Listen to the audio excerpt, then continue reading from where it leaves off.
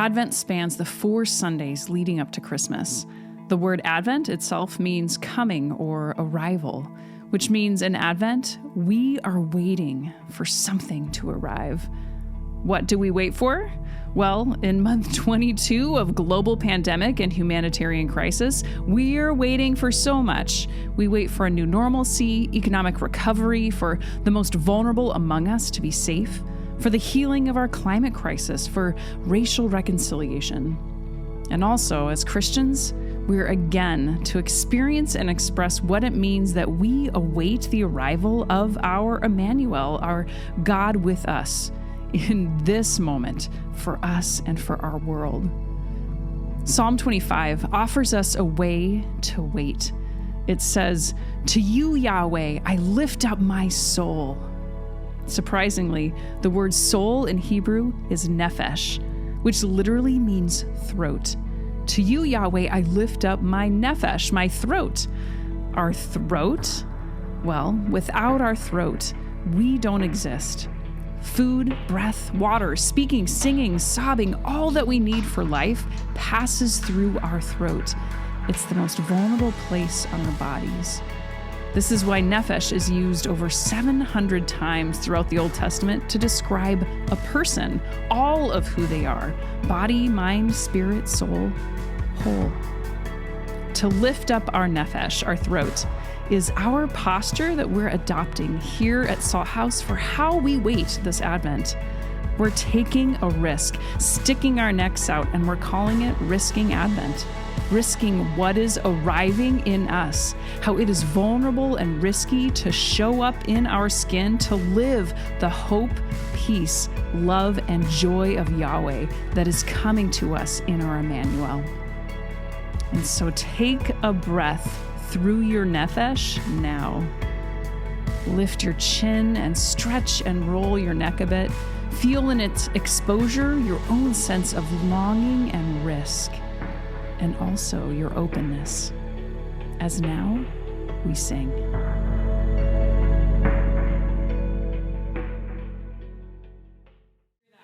In the video we just saw, and that Hebrew word, nephesh, translated as soul, means throat. And it's that first verse of Psalm 25. And it's really focusing us for our Advent journey towards Christmas. So Psalm 25 is actually a psalm that's assigned for today, so this first Sunday of Advent. So churches around the world will hear these words today. And in Hebrew, it sounds like this, or at least my version of what Hebrew sounds like, okay? Aleka Adonai, nafshi esa. I wonder if you would learn it with me. So we'll break it into 2 phrases, okay? So, Aleka Adonai. Aleka Adonai. Again, Aleka Adonai. Aleka Adonai. One more time. Aleka Adonai. Aleka Adonai. Nafshi esa. Nafshi esa. Nafshi esa. Nafshi esa. One more. Nafshi esa. All together, Aleka Adonai nafshi esa. Aleka Adonai nafshi esa. To you, Yahweh, I lift up my soul. As our video explained, we're adopting this as our posture for Advent, to lift up our throats to God, to stick our neck out. And Advent is a season that reminds us that we are people who wait. And it's a vulnerable and open thing. And if you keep reading on in Psalm 25, it uses words like path, led, walk, way. So this is like an active waiting. It's a demanding posture. It's not a sit back and wait with your neck, hey, what's up? No, it's you open up and you open to that risk, and then you're off with your skirts flying. This is why Psalm 25 is one of the most Advent-y texts in the whole Bible. To you, Yahweh, I lift up my soul. And to be honest, we feel like we've been waiting for so long, right? Like we feel raw and vulnerable already because of the last 22 months of global pandemic and all the things. And so for us to begin Advent, this season of waiting, on the one hand, it's like, isn't this what we've already been doing, right? I've been sticking my neck out for a year, right? But on the other, like me, I wonder if maybe You've become a bit closed off, turned in from all the delays and depression and disappointments of the last year. Just not willing to stick your neck out anymore. Could that be you too? So we're naming that Advent asks us to risk. So we're risking Advent, sticking our neck out together. And in the Sundays to come, we're going to look at what's at stake when we open ourselves to risking hope, and then risking peace, and then risking love, and risking joy, and as well as what's at stake if we don't take those risks.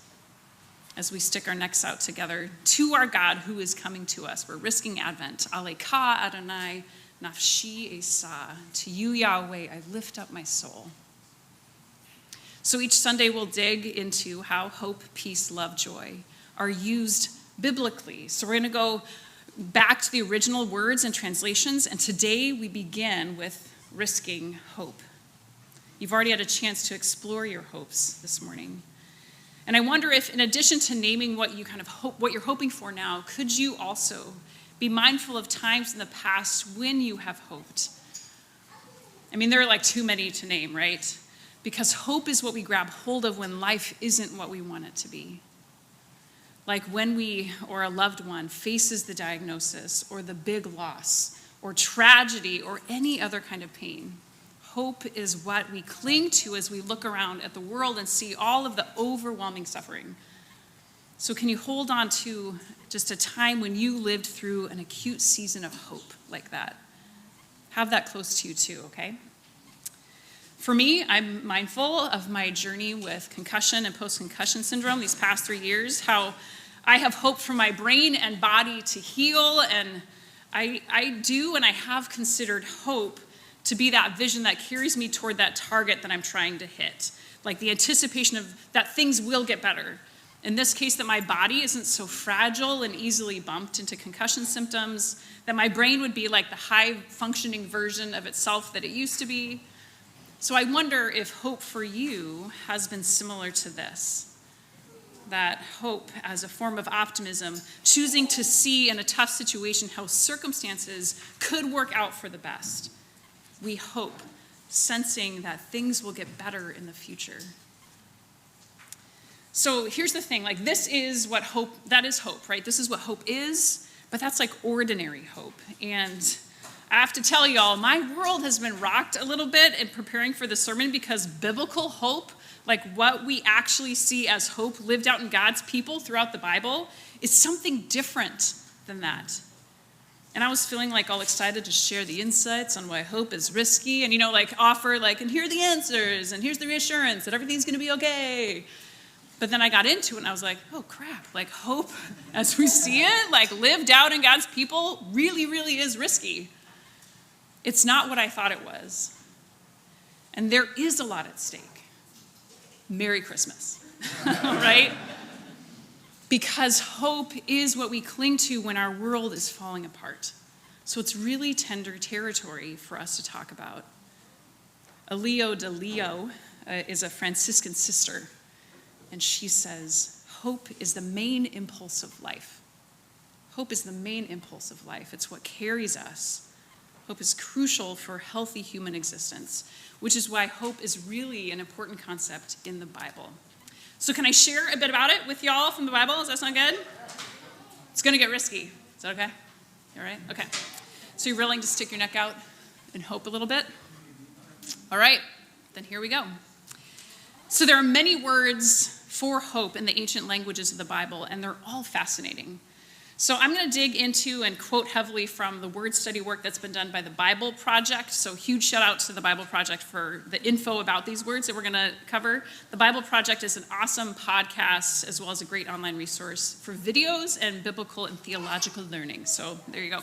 But let's begin in the Old Testament and carry it through to Jesus and then to us, okay? So you ready for some learning? Ready for some more ancient languages? Yeah, okay. So in the Old Testament, written in Hebrew, there are two main Hebrew words translated as hope. The first is, it looks like yakhal, but it's yakhal. Can you say yakhal? Which means simply to wait for. So yakhal means to wait. And that's translated as the word hope. So like hope equals wait. Like in the story of Noah and the ark, as the floodwaters recede, Noah has to yakal for weeks. I've been yakaling forever, right? So there's Noah, and that's yakal translated as hope. And it means to wait for, okay? The other Hebrew word is kavah. Can you say kavah? Kavah. Which also means to wait. But there's a nuance to it. It's related to the Hebrew word kav, which means a cord. And when you pull a kav tight, it produces a state of tension until there's a release. And that's kavah. That tension is there. That feeling of expectation while you wait for something to happen. The prophet Isaiah depicts God as a farmer who plants vines and kavahs for good grapes, right? That tension, like, is there going to be a good crop this year, right? Or the prophet Micah talks about farmers who both kavah and yakal for morning dew to give moisture to the land. So in biblical Hebrew, in the Old Testament, do you see how hoping means to wait? Hope is about waiting or expectation, which is just like a huge brain jumble for me. Like, to hope is to wait, and it's Advent, this season of waiting. And today we're talking about how when we wait, we hope, but hope is to wait. Like it just kept like this very circular thing of like it just keeps going, and I'm like, what? I couldn't make sense of it until, here's the thing that emerges, the follow-up question to these Hebrew words, yakal and kavah, is to ask waiting. Waiting for what?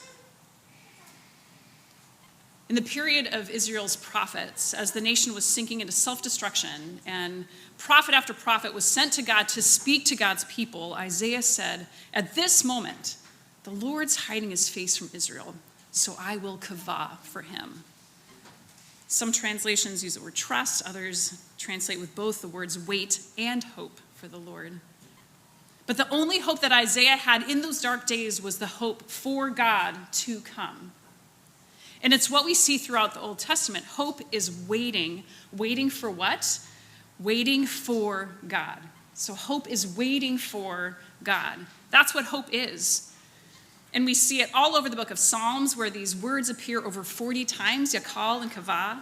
In almost every case, what people are waiting for is God. So they're not waiting for specific change in circumstances, right? They are waiting for God.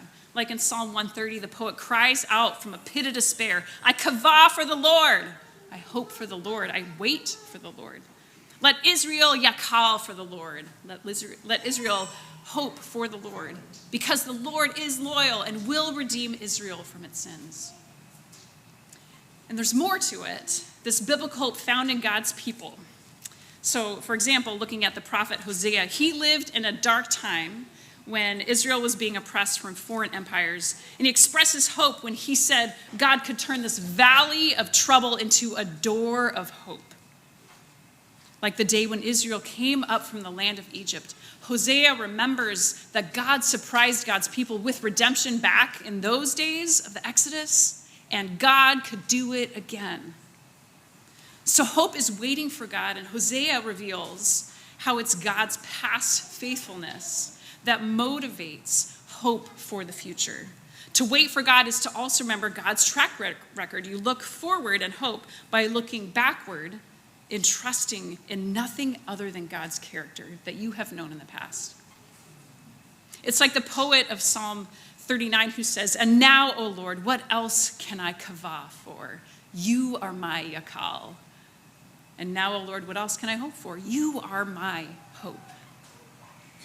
Our hope is in God.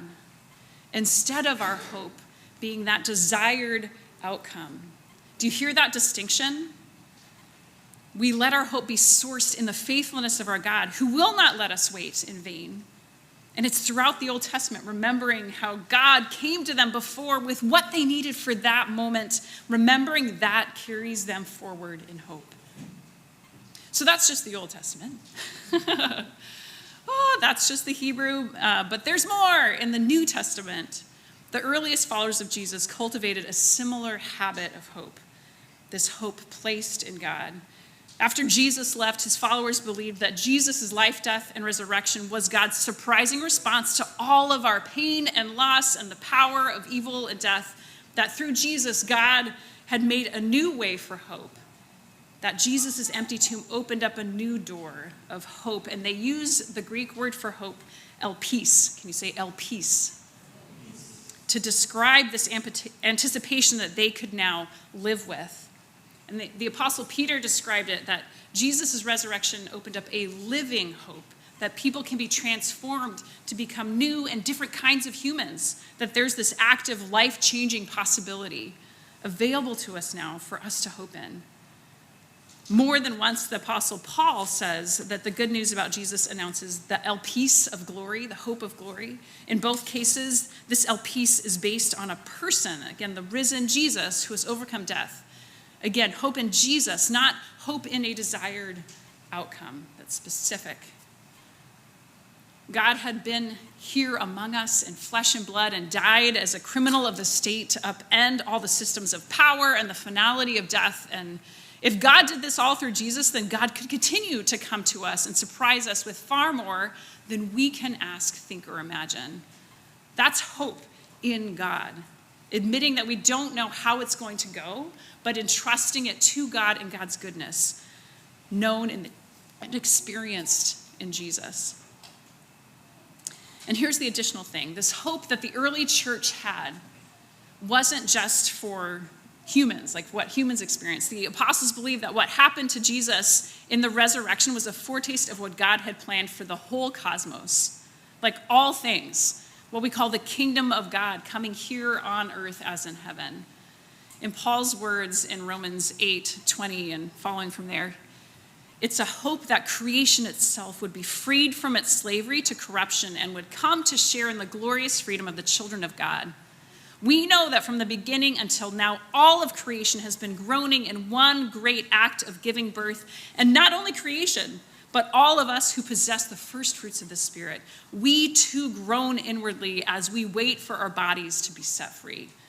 So hoping in God, you just feel the tension, that kavah, and that hoping in God is placing ourselves into the groaning, birthing movement of healing and transformation and justice and love and revolution and peace on a cosmic scale, which again is far beyond what we can imagine as a specific outcome that we're headed towards. And Paul goes on to go so far as to say, that hope, it's not about hoping in something that we can see. He goes on and says, in hope we were saved. That's a beautiful sentence. In hope we were saved. But hope is not hope if its object is seen. Why does one hope for what one sees? And hoping for what we cannot see means awaiting it with patient endurance. Isn't that something? So all of this is just kind of skimming the surface of hope in the story of God. This ain't no ordinary hope. Does it rock your world a little bit like it rocked mine? Is that surprising to you? If not, do you want to preach next week? Because that would be awesome. What else do you know? Biblical hope is based on a person, which makes it different from optimism. Biblical hope isn't tied to an outcome. In fact, hopeful people in the Bible often recognize there's no evidence things will get better, but you choose hope anyway. Does your breath catch as you hear that? Does your stomach drop a little bit? Do you feel how risky this hope is? That optimistic hope that things will get better, I like that one a lot. Because focusing on a desired outcome, I feel like I'm in control somehow. Do you know what I mean? That there's a goal and I'm working my way towards it, and it's too terrifying to consider that it might not happen and envision my life without that. And so I'll keep hoping in that, right? I want to keep thinking that I know how this is going to go. Yet Paul just said, why does one hope for what one sees? Hope is about not knowing how it's going to go. And let's just be honest. In all circumstances, we don't know how it's going to go. This biblical hope demands that we actually admit that. Which, by the way, it's true even if we don't admit it. And yet I feel my stomach drop when I admit it, that I don't know how it's going to go. Hope is risky because we stick our neck out to trust that God is worthy of our hope. We stick our neck out by acknowledging our lack of control or knowing how this is going to go. Which means, unfortunately, I can't stand here and tell you that trusting in our God, that you won't bleed and cry and lose and fail. There's no guarantees of safety or success. We'll watch the things and people we love and this earth we inhabit and these bodies that we are, it will all deteriorate and die. That's life, yes? There's no get out of pain free card when we hope in God. But God is worthy of this risk. For the story of God is one that says over and over again, you can trust in this God. And we are a community that gathers to share our own stories of beauty and pain and love and loss that say, look, see how God is worthy of our trust. The only guarantee we do have is that God will be with us and will not forsake us. And that on the other side of every death is new life in some surprising way. We'll still bear the scars of suffering, but somehow through it all will be well. All will be well. All matter of things will be well. That is what we risk to hope. As you remember your own times of hope, has this been true for you? That even as the hoped for milestones or the desired outcome maybe did not happen as you hoped, yet were you met by God with what you needed for that moment? And then the next. And then the next. I've shared so much about how this has been true in my own life, including in my journey with post-concussion syndrome. If we're talking about ordinary hope, in a particular outcome, it has not gone as I had hoped. And yet there's so much more that I've learned about myself and my body, and yes, the ways in which God comes to me and shows up with me. It's not what I hoped for. But I can say that yes, God, you have become my hope. My help has come from you. I'm okay, even if it's not what I thought it would be. How about you? There's one last question to consider with this too. Not only is there risk for us to hope in this way, but there's a risk if we don't. So what's at stake if we don't? Well, the risk of hope, of daring to hope, this kind of Christian hope, it's bold, it's waiting for humanity and the whole cosmos to be restored and renewed and made whole. And some would say it's crazy, and maybe it is. But biblical hope isn't optimism based on the odds. It's a choice to wait for God to bring about a future that's as surprising as God, coming to us in flesh and blood, as vulnerable as an infant, as surprising as a Messiah who would call out the religious leaders and the status quo to make room for the poor and the broken and the outcast and the refugee and the houseless and the oppressed, as surprising as a crucified man rising from the dead. That's crazy. Christian hope looks back to the risen Jesus in order to look forward. And so we wait, and so we hope. And so if we don't risk hope in this way, in this God, well, what's at stake if we don't? We will miss the renewing work of God that is underway all around us and in the whole cosmos. If our hope is in that future specific desired outcome, we'll miss the immediate experience of being met and held in communion by something intimately at hand, here and now. We can still pray for healing and reconciliation and want things to be better than they are now. We can absolutely do that, all while keeping our hope in God. And as we live into that outcome, that future, we can keep awake and be amazed for how God, our Emmanuel, will meet us in the waiting, no matter where the road takes us. Alecha Adonai, nafshi esa. Alecha Adonai, nafshi esa. To you, Yahweh, I lift up my soul. For you, Yahweh, we stick out our necks. risking hope. Amen? Amen.